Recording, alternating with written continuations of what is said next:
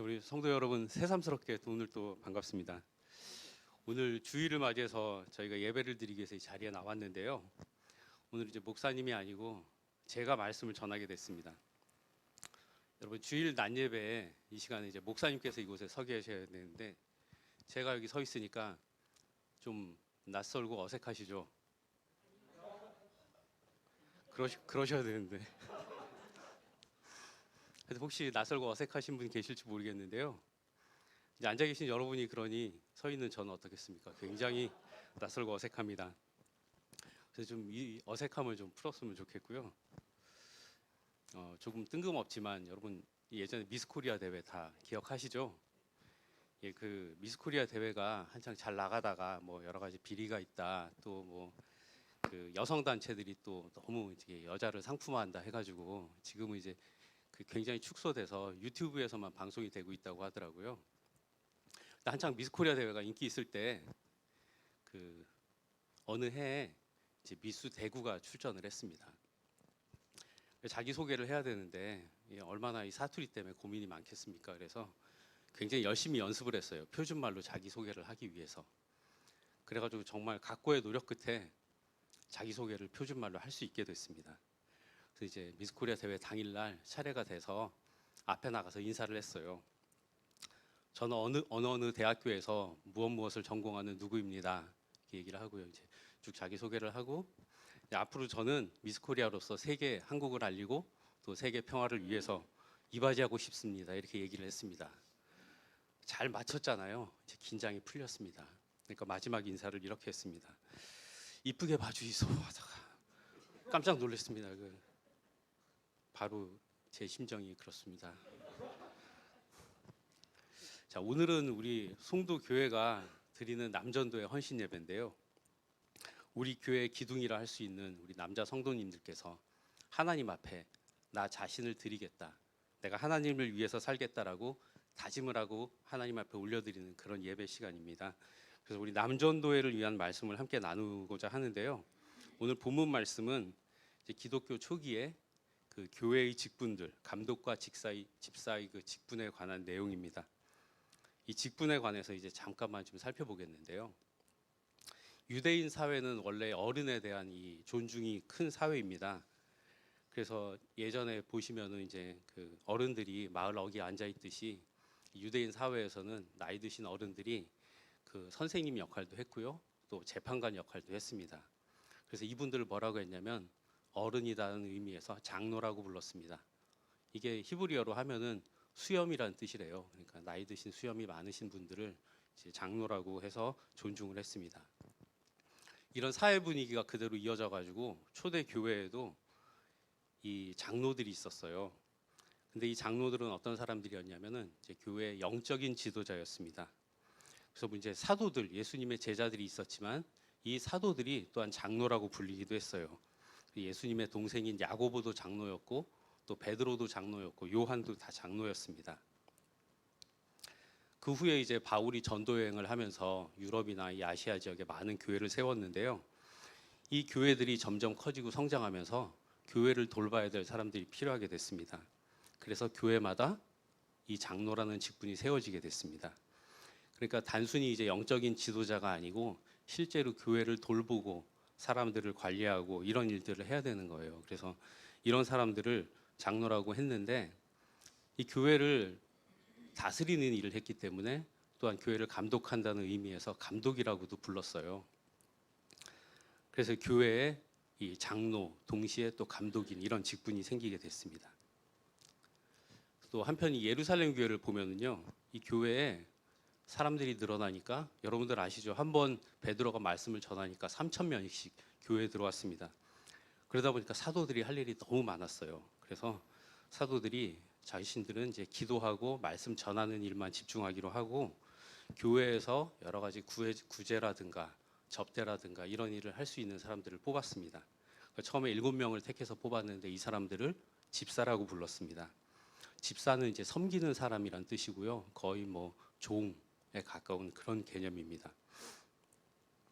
구제라고 하면은 이제 믿음의 형제들이 제공한 구제물을 또 가난한 사람들에게 나눠주는 그런 일이고요. 접대라고 하면은 또 식사나 애찬을 준비하는 그런 일들이 되겠습니다. 그러니까 집사는 하나님과 성도들을 위해서 봉사하는 그런 직분이었던 것입니다. 이 초대교회 처음 선택됐던 7사람의 집사는 정말 성령과 지혜가 충만하고 다른 사람들로부터 칭찬을 듣는 그런 사람들이었습니다. 그래서 이 집사 중에서 여러분이 잘 아시는 스데반 집사가 있었습니다. 기독교 초기에 굉장히 위대한 설교자였고요. 또한 최초의 순교자이기도 했습니다. 또한 여러분이 잘 아시는 빌립 집사가 있었습니다. 빌립 집사는 사마리아에 복음을 전했고요. 잘 아시다시피 이 에티오피아 내시에게 세례를 줬던 그런 사람이었습니다. 그러니까 교회에서 이 직분이 굉장히 큰 역할을 했던 거예요.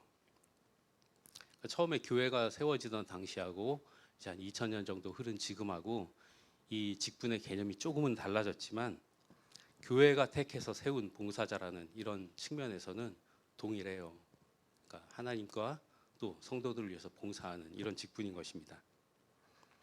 이 감독과 집사의 그 자격을 오늘 논의를 하고 있는데요. 이제 디모데 전서죠. 바울이 디모데에게 편지를 2통 쓴 것이 지금 우리 성경에 남아 있습니다. 디모데 전서하고 디모데 후서입니다. 그 중에 먼저 보는 편지가 디모데 전서고요. 이 디모데는 바울에게 있어서는 동역자였습니다. 또한 제자였고요. 바울이 이 디모데를 뭐라고 불렀냐면 내 아들이라고 불렀습니다.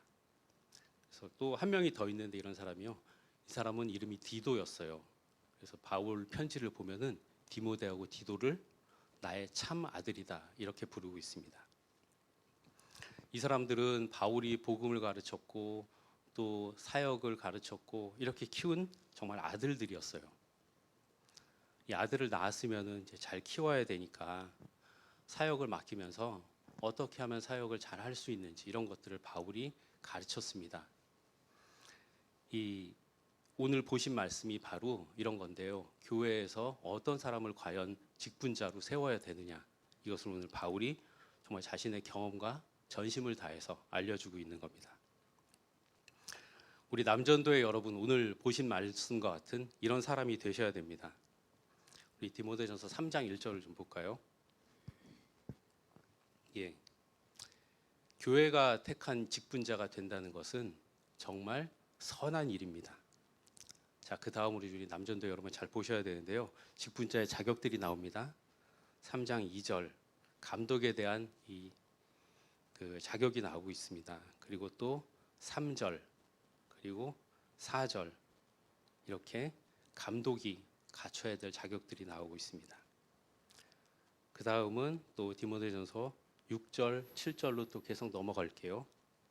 새로 입교한 사람이 직분을 얻으면 교만해질 수 있습니다. 마귀를 정죄하는 그 정죄가 바로 교만입니다. 마귀는 하나님과 같은 자리에 오르려고 했죠.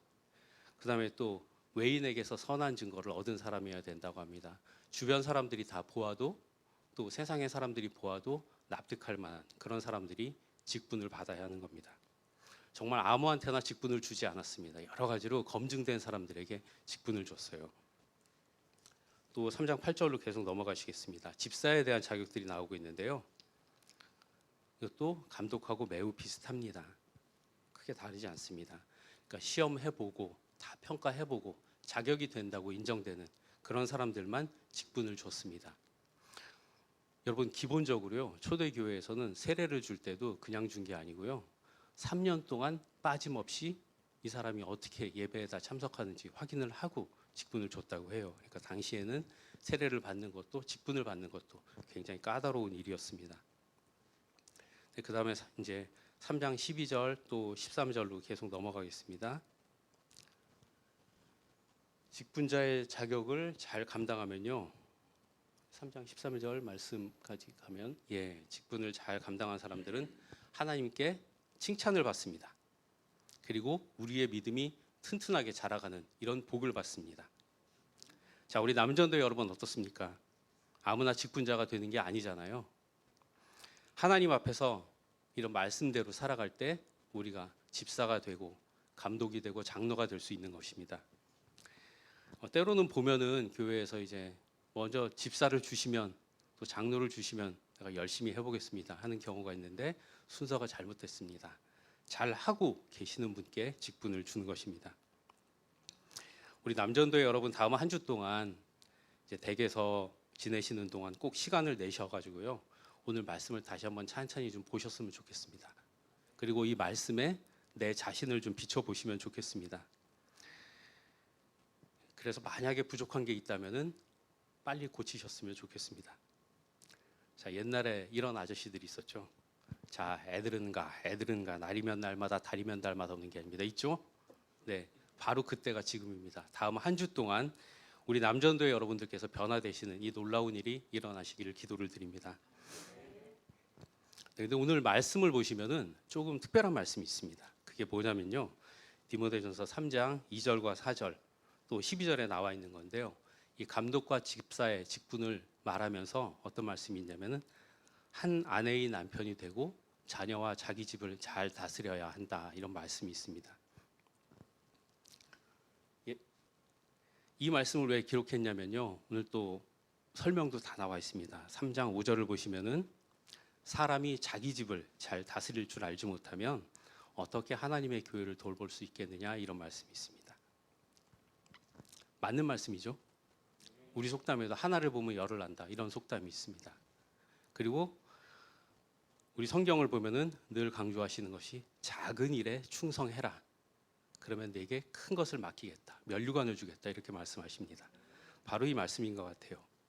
가정생활은요, 직분자의 기본입니다. 또 우리 성도들의 기본입니다. 우리는 가정에서도 교회에서처럼 그렇게 살아야 합니다. 직분자가 된다는 것이 결코 쉽지가 않습니다. 그렇죠? 우리 장로님들, 집사님들 표정이 여기서 보니까 약간 어두워졌습니다. 그런데 세상 속에서 하나님 뜻대로 살아가는 것은 결코 쉽지가 않습니다. 어떻게 천국 가는 일이 공짜로 되겠습니까? 그렇죠? 그러니까요, 힘을 내셨으면 좋겠습니다. 아무리 생각해봐도 사실 쉬운 일은 아닙니다. 자, 퀴즈를 하나 보겠는데요. 이 문제의 답은 무엇일까요? 술에 취해 거리에서 큰 소리를 지르거나 노래를 부르는 것을 사자성어로 뭐라고 할까요? 네, 고성방가라고 하죠. 어느 학교에 이 문제를 냈습니다. 그때 학생이 답을 썼는데 뭐라고 썼냐면요. 네, 아빠인가? 네, 이렇게 썼습니다. 얘네 아빠는 이런 분이셨던 겁니다. 또 다음은 국어 시간에는 문제가 하나 있는데요. 우리 가족을 동물로 나타내고 그렇게 나타내는 이유를 설명하시오. 이런 문제가 있었어요. 어떤 여자아이가 썼는데, 네, 자, 엄마는 나비라고 합니다. 예쁘고 엄마 예뻐서 나비다. 그 다음은 또 나는 참새다. 나는 노래를 잘하고 그래서 참새다, 이렇게 했고요. 언니는 토끼래요. 언니는 착하고요. 샐러드를 좋아해서 토끼 같대요. 아빠는 뭘까요? 아빠는 개랍니다. 내 부탁을 잘 들어주고 나랑 잘 놀아줘서 개 같다, 이렇게 썼습니다. 이게 세상에 비춰지는 아빠의 모습이에요. 그러니까 세상에서 말하는 좋은 아빠가 되는 것도 참 힘든 일입니다. 그런데 성경에서 말하는 좋은 아빠가 된다는 것은 그보다 훨씬 더 어려운 일이죠. 우리 금요 예배에서요, 목사님께서 사무엘서의 말씀을 지금 전해주고 계십니다. 사무엘 잘 아시죠? 이 사무엘서를 보면은 사울 왕도 나오고 다윗 왕도 나오고 사무엘 선지자도 나오고 있습니다. 사울 왕 잘 아시죠? 이스라엘의 초대 왕입니다. 근데 아시다시피 참 안타까운 사람이에요. 사울 왕은 하나님께서 버리셨고요. 그래서 결국 인생의 결말이 좋지 않았습니다. 이 사울 왕은 자기 집을 잘 다스렸을까요? 네, 뭐 눈치로 그냥 짐작을 해봐도 잘 못했을 것 같죠. 다음 말씀을 보겠습니다. 사무엘상 말씀인데요. 함께 읽도록 하겠습니다. 사울이 요나단에게 화를 내며 그에게 이르되 패형무도한 계집의 소생아, 내가 이새의 아들을 택한 것이 내 수치와 내 어미의 벌거벗은 수치됨을 내가 어찌 알지 못하랴. 그 다음은 이제 그냥 간단히 보시면 될 것 같고요. 제가 그냥 읽겠습니다. 이새의 아들이 땅에 사는 동안은 너와 내 나라가 든든히 서지 못하리라. 그런즉 이제 사람을 보내어 그를 내게로 끌어오라. 그는 죽어야 할지 아니라 한지라. 요나단이 그의 아버지 사울에게 대답하여 이르되 그가 죽을 일이 무엇이니이까? 무엇을 행하였나이까? 사울이 요나단에게 단창을 던져 죽이려 한지라 요나단이 그의 아버지가 다윗을 죽이기로 결심한 줄을 알고, 이런 말씀이 있어요. 아들에 대한 이런 막말 또 난폭한 행동 이런 걸 볼 때 사울은 좋은 아버지가 아니었습니다. 가정을 잘 다스리지 못했던 거죠. 사울이 왕으로서 실패하기 이전에 이미 가정에서 실패했던 겁니다.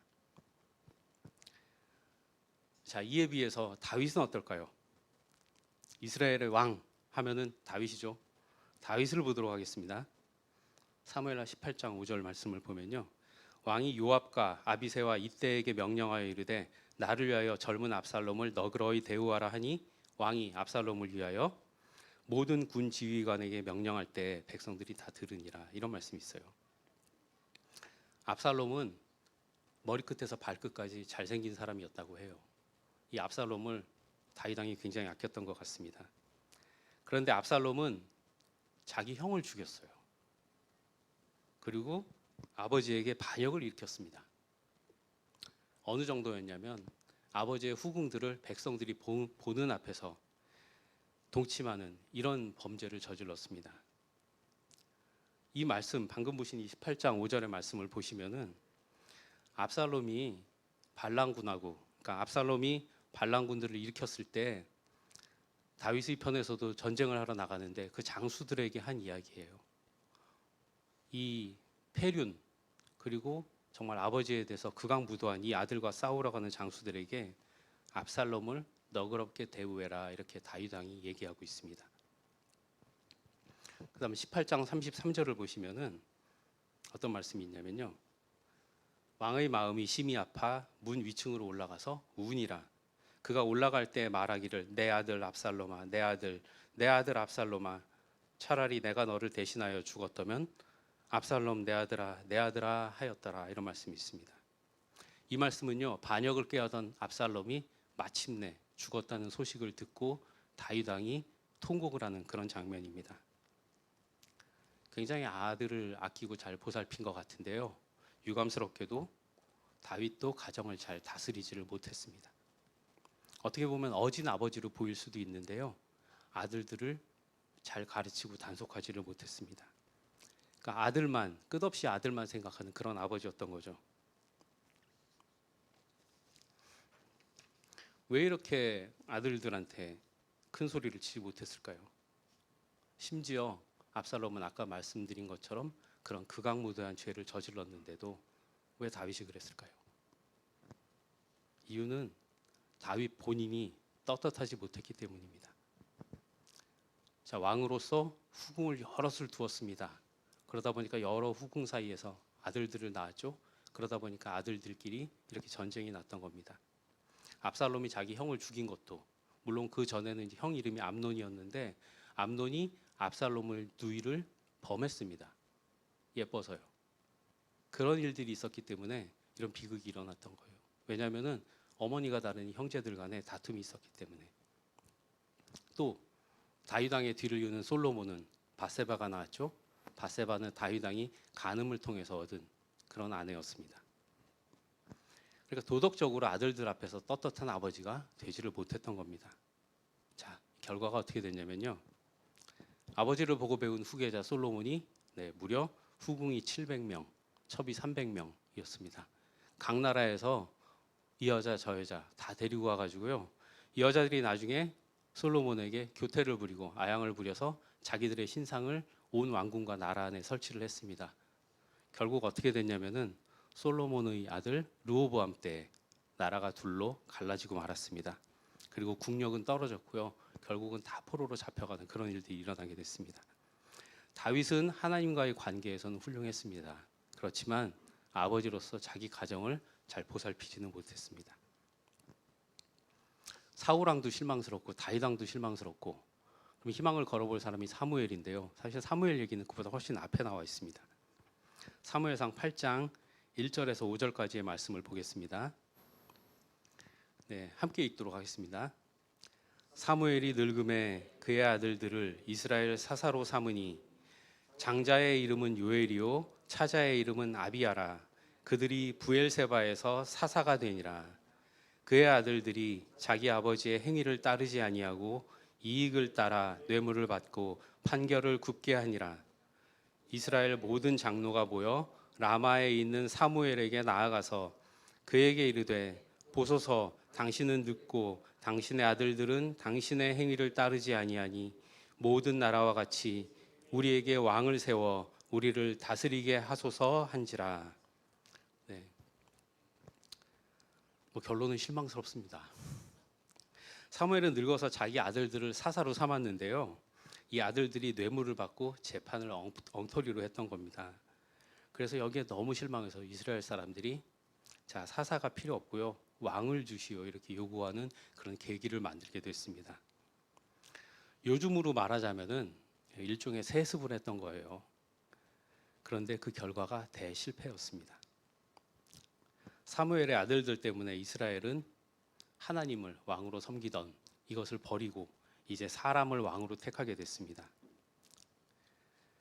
자, 우리 직분자도 마찬가지고요. 왕도 마찬가지고 선지자도 마찬가지입니다. 가정이 제일 기본입니다. 지금 우리 오늘 본 말씀대로 한다면은 이 사울 왕도 다윗 왕도 사무엘도 사실은 교회에서 직분 얻기가 좀 힘든 사람들이죠. 다시 한번 살펴보면요. 사울은 아들한테 화를 내면서 막말과 폭행을 일삼던 그런 아버지였어요. 자기 혈기를 참지 못하고 아들에게 마구 퍼붓는 그런 아버지였습니다. 이 아들도 아버지를 가까이 하기 힘든 그런 아버지였어요. 그래서 결과가 뭐냐면은 그 왕위가 다윗에게 넘어가는 그런 결과를 초래하고 말았습니다. 다윗은 아들들을 훈계하지 못하는 아버지였습니다. 형제간에 살인이 벌어져도 또 반란이 벌어져도 그저 감싸기만 하는 그런 아버지였습니다. 거기다가 또 도덕적으로 본이 되지 못한 아버지였습니다. 이 압살롬이나 솔로몬이 사실 누구를 보고 배웠겠습니까? 결국 솔로몬의 때를 지나서 나라가 둘로 갈라지고 말았습니다. 또 사무엘은 이 사사의 자리를 아들들에게 물려준 그런 아버지였습니다. 다 좋은 것을 자식에게 물려주고 싶죠. 그게 분명히 인지상정인데 만약에 받을 자격이 안 되는 자녀에게 물려준다고 하면요.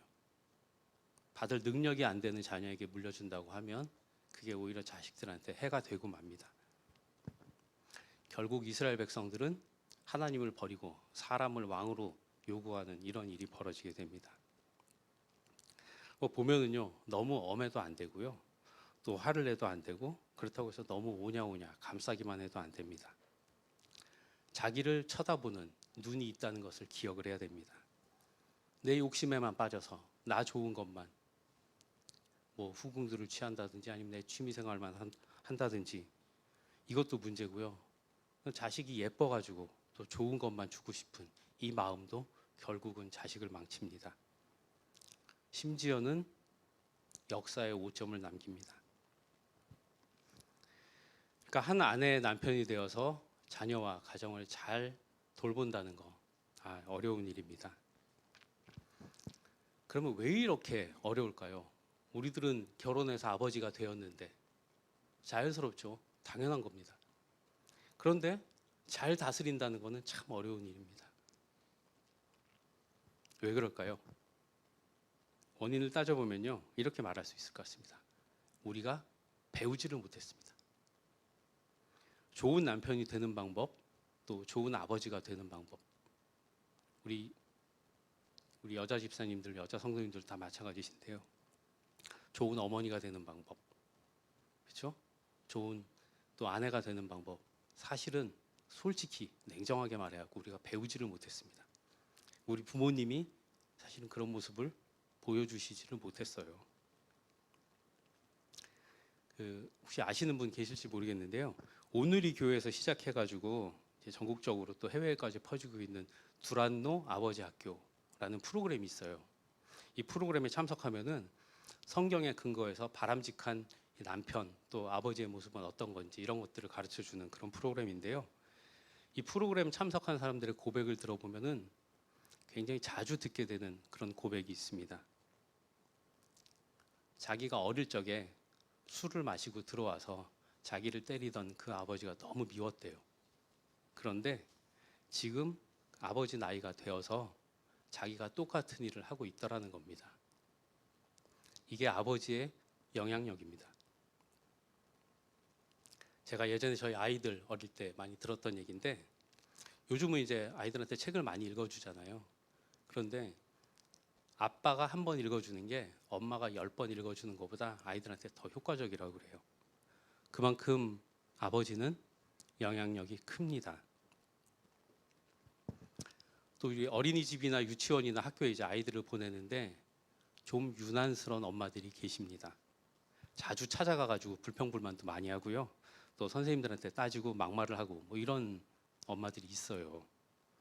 흔히 말하는 이제 갑질이 되겠는데, 이런 분들을 캐보면은 남편한테 사랑받지 못하는 아내들인 경우가 굉장히 많습니다. 이게 남편의 영향력입니다. 그 아내와 자식들에게 남편이, 아버지가 이런 영향력을 행사하는 겁니다. 그러면 어떻게 하면 우리가 좋은 남편 또 좋은 아버지가 될 수 있을까요? 어려운 일인데요. 답이 있습니다. 답이 뭐냐면요, 하나님 아버지의 모습을 배우면 됩니다. 이 땅에 오신 하나님, 누구냐면 예수님이시죠. 예수님께서 이렇게 말씀하셨습니다. 내가 곧 길이다. 네, 예수님 길이십니다. 예수님은 구원의 길이실 뿐만 아니라 우리가 어떻게 살아가야 될지 이것을 모두 가르쳐 주시는 그런 길이십니다. 어떻게 살아야 할지를 모르신다면, 어떻게 살아야 잘 사는 것인지 알고 싶으시다면 하나님께 물어보십시오. 그러면 하나님은 어떻게 이 질문에 대한 답을 주실 수 있을까요? 하나님은 창조주이시기 때문에 그렇습니다. 그래서 온 세상뿐만 아니라 나에 대해서도, 내 삶에 대해서도 이미 잘 알고 계시기 때문에 우리에게 답을 주실 수가 있습니다. 또한 하나님은 우리의 아버지이시기 때문에 답을 주실 수가 있습니다. 내 머리카락까지도 다 세신 그런 나의 아버지이십니다. 그러니까 하나님 아버지께 배우면 됩니다. 우리가 성경을 읽고요, 그러면 하나님의 뜻을 더 알 수가 있습니다. 우리가 예배에 나와요, 그리고 찬양을 합니다. 하나님께 더 가까이 갈 수 있습니다.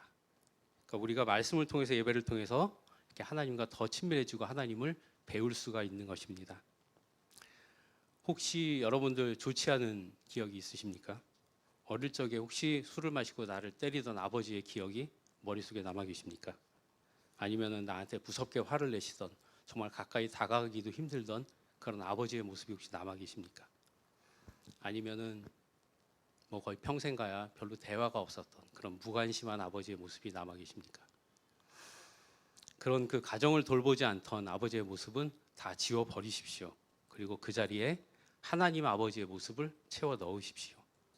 그러면은 우리가 내 아버지가 아니고 하나님 아버지의 모습을 닮아갈 수가 있게 됩니다. 그러면은 아내에게 또 자녀들에게 하나님의 그런 선한 영향력을 전해주는, 또 사회에 하나님의 모습을 전해주는 그런 우리 남전도회가 될 수가 있습니다. 그러니까 우리 남전도회는 하나님을 아버지로 삼고 하나님 아버지를 배워서 하나님 아버지께 배운 그 선한 영향력을 가정과 또 교회에 전해주는 이 사명을 감당하셔야 됩니다. 이것이 남전도회의 사명인 것입니다. 그래서 우리 남전도회 여러분들, 하나님 앞에서 멋진 남편이 되시기를 바랍니다. 또 멋진 아버지가 되시기를 바랍니다. 그래서 멋진 가장이 돼가지고 가정을 정말 아름답게 천국과 같이 돌보시는 그런 우리 남전도회가 되시기를 바랍니다. 그리고 또 멋진 집사로, 멋진 장로로, 멋진 남전도회로 우리 교회를 잘 돌보는 그런 직분자가 되시기를 바랍니다.